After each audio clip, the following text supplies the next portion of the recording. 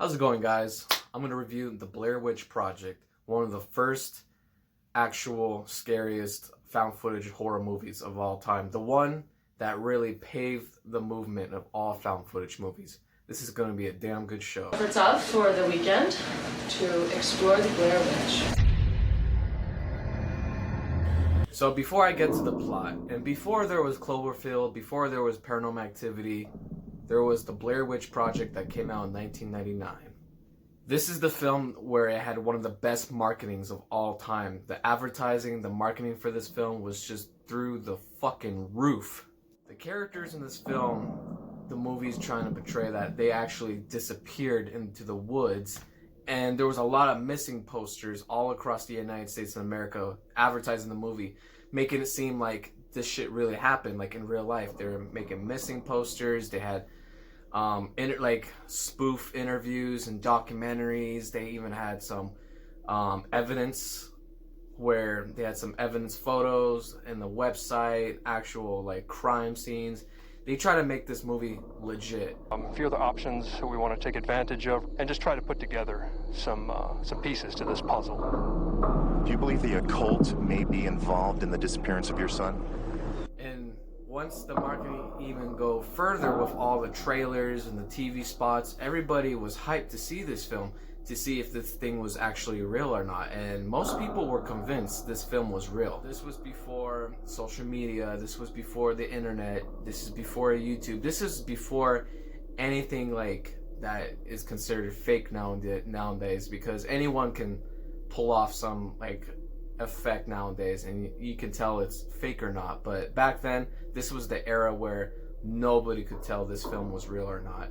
And a lot of people, like I said, were convinced this thing was legit. I don't know if you guys noticed, but I am wearing the Blair Witch Stickman necklace.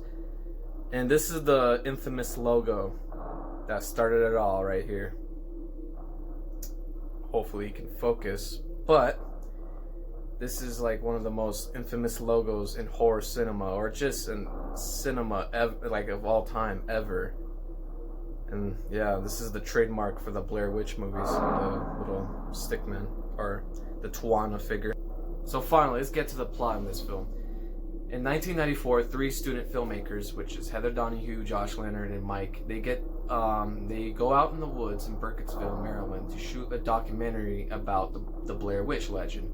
And of course, they were definitely unprepared of what they were about to face. So in the beginning of the movie, they interview people in the Burkittsville town near the woods to see if this legend is legit or not. And all the townspeople were telling them many different stories of what happened in the woods before. This thing's been going on for obviously centuries. It's been going on since the 1700s, the 1800s, even the 1940s, where they told the story of how an old hermit who lived near the woods killed 7 children, and he made one of them facing the corner. Now that's some scary shit right there. And the old hermit, his name is Rustin Parr, and he was convinced that the Blair Witch told him to do those hideous things. This area's been haunted by that old woman for years. I don't know why you have to have every conversation on video. Because we're making a documentary. But that was just a side story. But the main story is, like I said, they go into the woods to see if this thing is legit or not. And of course, they get lost, and then they slowly throughout the movie, they turn against each other. They lose their effing minds. And each night when they sleep in the tent, spooky, supernatural things happen. And that's all I can say without spoiling everything. All over the place. So how do we know it was people? Well, even if it wasn't, I'm not going to play with that either. And it's all because of me that we're here now. Hungry and cold and hunted. And one more thing I also liked about this film, even though it's so realistic, you don't see what's really going on. You don't see what's lurking in the woods. You don't see the villain. You don't see the witch at all.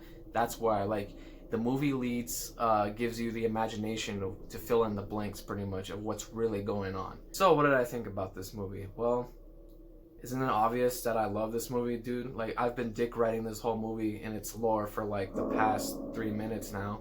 So, yeah, this movie is one of the best horror movies of all time, in my opinion. It's probably like my top 5 horror movies of all time in my personal list.